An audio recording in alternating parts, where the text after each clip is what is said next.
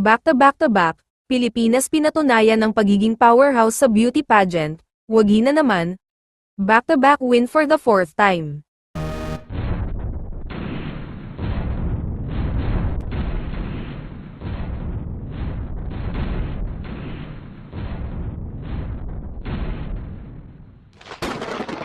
Muli na namang pinatunayan ng Pilipinas ang pagiging powerhouse in terms of beauty, intelligence, poise and talent sa ika-4 na pagkakataon. Unang manalo ang pambato ng bansa sa Miss Beauty of Face International 2025 na si Nikki Bonafe-Sheva kagabi, November 30, marking the fourth back-to-back win for the Philippines.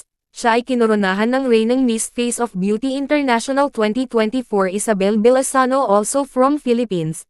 Ang ikatlong back-to-back win ay nakamit last November 24, Monday, almost 5 days apart, nang manalo si Ariana Pantaleon sa Miss Environment International 2025, na kinoronahan naman ng reigning queen na walang iba kundi our very own Shannon Robinson.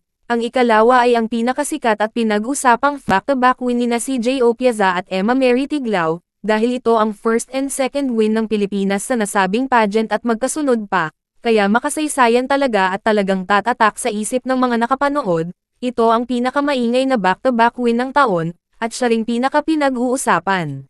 Kaya nang mag-homecoming si Emma kasama si Mr. Nawat Itzere Grisel at first runner-up Gotcha Bell, talagang dinumog sila at pinagkaguluhan ng mga tao, maging si Mr. Nawat ay naging instant celebrity sa dami ng tao na lumalapit at sa dami ng media na gusto mag-cover sa kanya. The first back-to-back ay ang pagkapanalo ng Pinas sa Miss Elite Global kung saan kinoronahan ni Miss Elite Global 2024 Jean Tumang ang bagong reyna na si Francine Gabriel Tahanlangit, also from Philippines last May 2025. Anong masasabi mo rito? Please comment down below.